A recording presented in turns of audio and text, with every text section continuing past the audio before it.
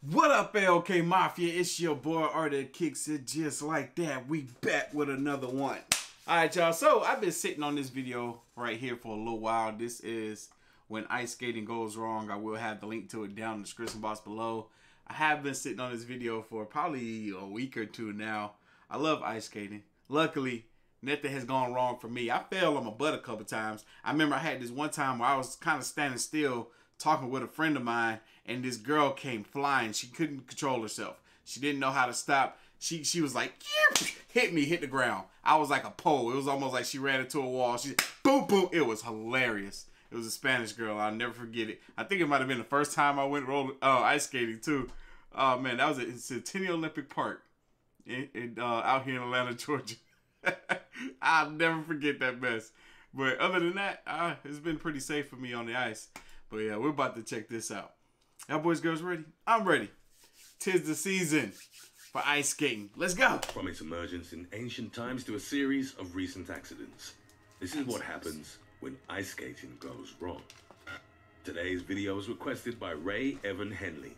If you have any other topics you'd like to learn about, subscribe and let us know in the comments section below.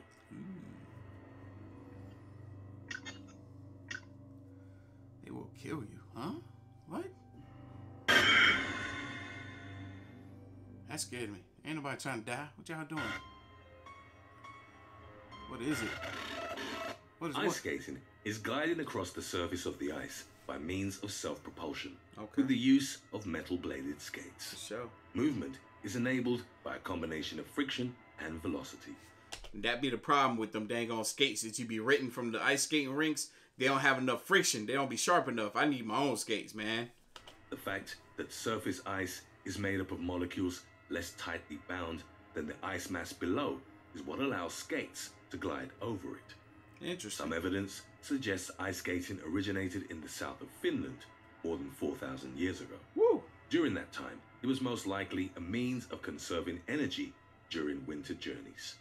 Ice skates were further developed in the Middle Age, and their basic design has largely stayed the same since then. Ice skating spread. Yo, that's how they were? Yo, they should probably still make ice skates like that then. That looks way more comfortable, because that means I can wear my own shoes. When were these made? That's dope. And while many still enjoyed it as a pastime, it also slowly grew into various sports. Today, it's practiced all over the world, and there are a number of risks associated with it. Of course. Although rare, severe injuries and even deaths have occurred.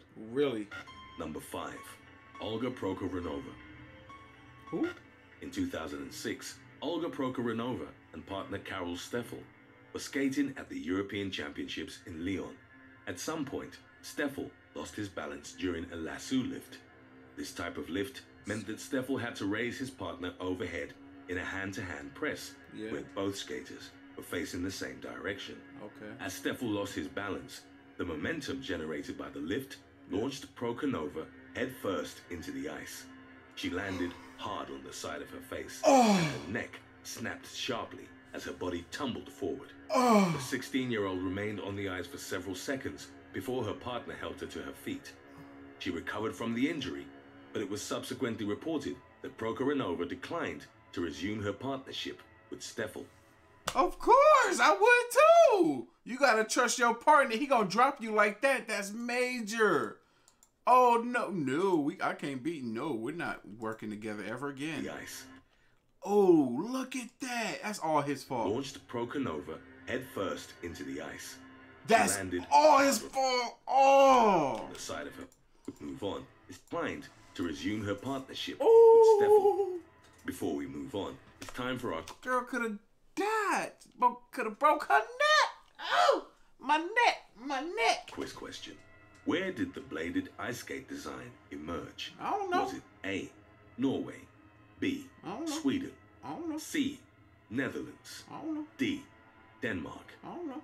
Let us know what you think in the comments section below, and I'm assuming Netherlands. I don't know. stay tuned to find out the right answer. All them places sound very cold to me, so I wouldn't be surprised if any of them started it. Here's okay. Ice skating can be done for recreation, Sure. exercise, or travel, and it's also practiced in the form of various sports, such as ice hockey, Yep. figure skating, Okay. speed skating, Yep. ice cross downhill, For sure. and others. Oh, that looked dangerous. Hold on. That looks so dangerous. It's like they're skating down a snowy hill.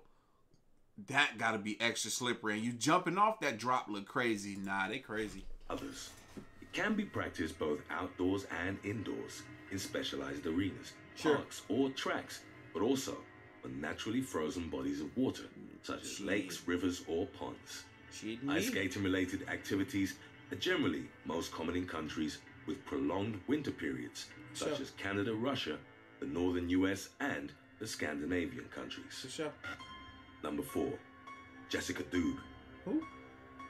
In February 2007, Jessica Dube and partner Bryce Davison were participating in the free skate segment of the Four Continents Championship Okay. in Colorado.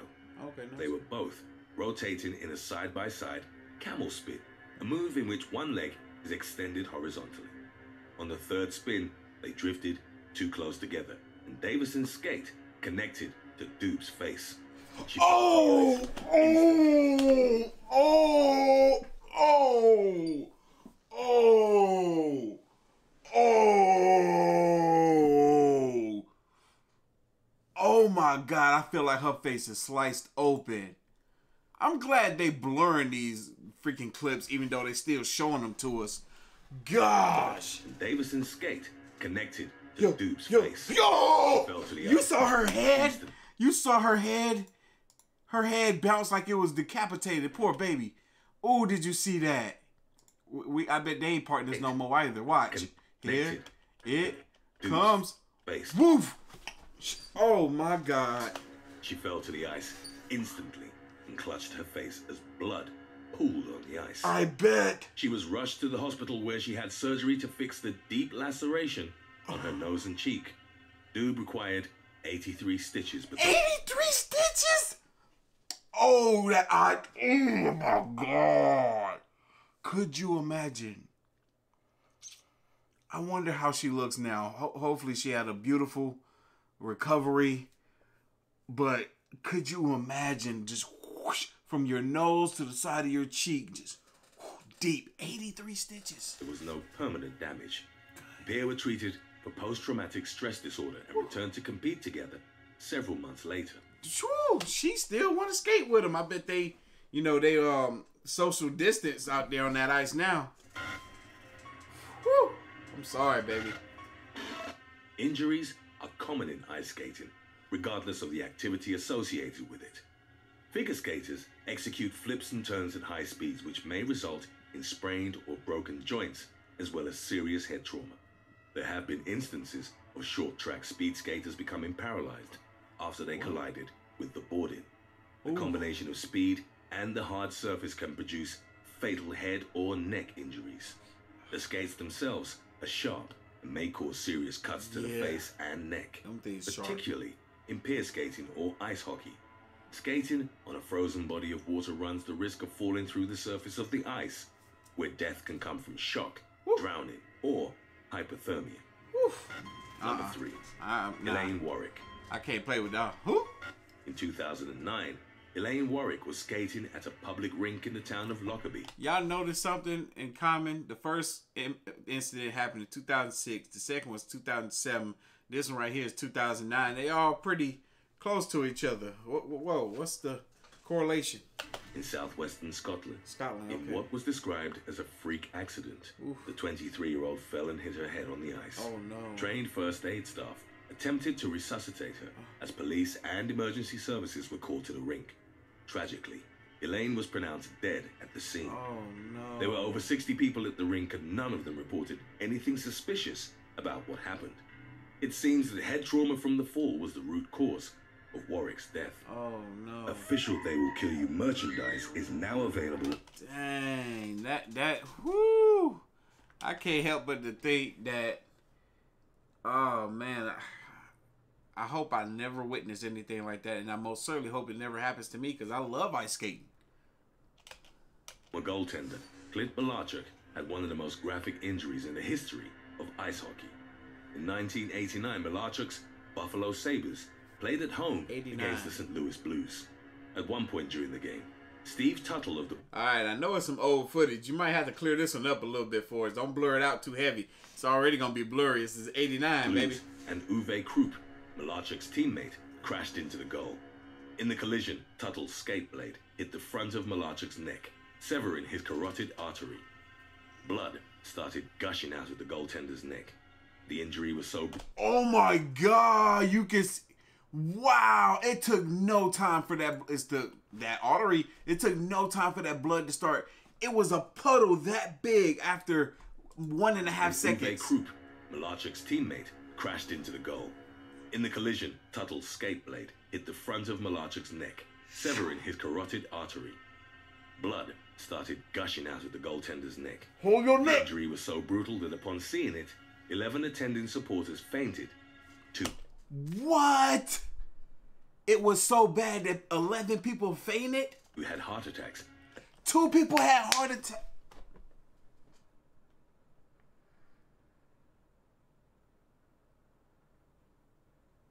That's crazy, y'all. Think about that for a second. Think about that for a second. Nobody really takes into account the people that witness stuff. Horrific, tragic events. They don't take into account how it can affect people that just simply witnessed it. I know I'm one of those people I'm an empath, so I'm very, very sensitive to the pain, emotions, and feelings of others. I remember, hell, on New Year's, I saw this young lady have a seizure, and from her seizure, I started to have a panic attack, because I was like, I don't know what's happening to this woman. I don't know if she's gonna make it out of this or not. Yeah, you can definitely be affected by seeing other people hurt. And 3 players vomited on the ice. And 3 of the own players, those are supposed to be tough men, they threw up. Malarchuk believed he was going to die and only wanted to get off the ice so that his mother, who was watching the game on TV, wouldn't see him. His life was saved by the Sabres athletic trainer, who was a former Army combat medic. He pinched off the blood vessels and didn't let go until doctors stabilized the wound. Malarchuk survived after losing more than 3 pints of blood. Whew. The 6-inch wound on the goaltender's neck required about 300 stitches. 300 stitches. That blade hit him. Whoosh. 6-inch. Oh my gosh. I'm glad he's okay. He was sure he was gonna die though. As much blood was rushing out of him, he was like, yo, I don't want my mom to see me die. Just take me off the ice. Woo! I can only imagine. That's wow. Amazingly, he was back on the ice only 10 days later. 10 days later. 10 days later. That's one thing that really astonished me about athletes. And it was something that I learned about with skateboarding, because I grew up skateboarding, was how quick athletes are at being able to recover. Usually they're 3 times quicker at healing and recovering and getting back to their sport than the average Joe. The average man or woman that can subside to certain injuries like broken bones and stuff. Part of it is because the mental of these athletes makes them more capable of recovering that much quicker, because they're eager to get back to their respected sport. They're so eager that it's amazing how strong and how incredible the mind is at being able to help heal, you know, whether it's a physical or emotion. It's freaking dope. It's dope. That's why that's why I study the mind. I can't even talk right now, but that's why I study the mind religiously. I love it. The risks of ice skating on a professional level are well understood by those involved. Staying safe is thus a combination of physical fitness, proper technique and equipment, as well as extensive training. Yeah. For those that practice skating on naturally frozen bodies of water, the most dangerous aspect is falling through the ice. Yes, sir. Survival at that point Can't get my fat ass on the ice. depends on your ability to stay calm and follow a few key steps. Do this quickly, as you have roughly 15 minutes before your muscles lose function. Even though the cold water will knock your air out, don't thrash around and try to stabilize your breathing. Stay above the water. How? I can't swim. Lose any heavy gear, but keep your clothes on, as they will create air pockets and help you stay afloat. Oh, wow. The direction you came in is the easiest way out. Makes sense. The ice is most likely stronger there. Makes sense. Get your arms on. Hell, how much stronger? Because I did fall through there. To the solid surface and use anything sharp as an anchoring point. Kick your legs parallel to the ice and roll or shimmy onto the solid surface. Makes sense. Keep your body flat and don't stand up, as it will concentrate your weight and crack the ice. Once you're out, your next priorities are getting warm and... That makes 100% sense. He's saying some stuff that I knew. I knew the shimmying or rolling on the ice. I knew keeping your body flat and not stand up because it could crack the ice. I knew that stuff. I didn't know about the... I feel like because I can't swim, I feel like I'll be trying to get the hell up out that water. Because I've tried the stay calm thing before. There was one time where I almost drowned. First instant I went to was actually to stay calm and to I wasn't like panicking, hitting the water and all that type of stuff. It was only until I couldn't move out of the one position that I was in the water to get to the wall of the pool. That's when I started to panic. If needed, getting medical attention. So where did the modern ice skate emerge? Was I right? The right answer was C, the Netherlands. I knew it. I didn't know it, but I got it right. 13th or 14th century skates didn't have blades which cut into the ice and simply went on top of it. Then the Dutch added steel blades with sharpened edges, which aided movement. By doing so, they offered the world a design that has fundamentally remained unchanged throughout the years. Makes sense. It works very well. Number 1. Tatiana Totmianina and Maxim Marinin. Tatiana Totmianina and Maxim Marinin, a pair skating royalty, having earned a number of gold medals together, including one at the 2006 Olympic Games. The darkest moment for the pair came 2 years prior at the 2004 Skate America in Pittsburgh. Marinin was executing a move called an AXEL lasso lift, in which he lifted Totmianina above his head. He suddenly lost his balance and his partner was slammed headfirst into the ice. The accident looked horrifying, but Totmianina eventually recovered and returned to the ice within days. She didn't remember the accident, nor did she blame her partner, and was unafraid to perform. Marinin, on the other hand, had to consult a sports psychologist before he could lift her again. That's amazing. Well, that goes to say something about him and who he is as a person. You know, he had to see a psychiatrist, a sports psychiatrist, it sounded like it was, in order to be comfortable enough to lift her up on the ice again, because clearly it was playing with him psychologically to the point where, well, at least for her, she couldn't even remember what happened. She couldn't, so you know he had to feel really bad that he caused that much damage to this woman, didn't even remember the incident. So, but she was more comfortable with getting back out there and working with him than he was with getting back out there working with her, and it was his fault. But that tells me that he was a decent person. Wow. Wow. I would edit that little blur, that little stutter I had in this video out not too long ago, but I ain't got time. I ain't got time. I got some place to go. But anyway, y'all know what time it is. You like this reaction, hit that like button, hit that subscribe button. Stay tuned for more. As always, the link to the video is going to be down in the description box below. If you haven't already, make sure you follow your boy on the gram and Twitter at Artofkickz, and I will catch y'all in the next one.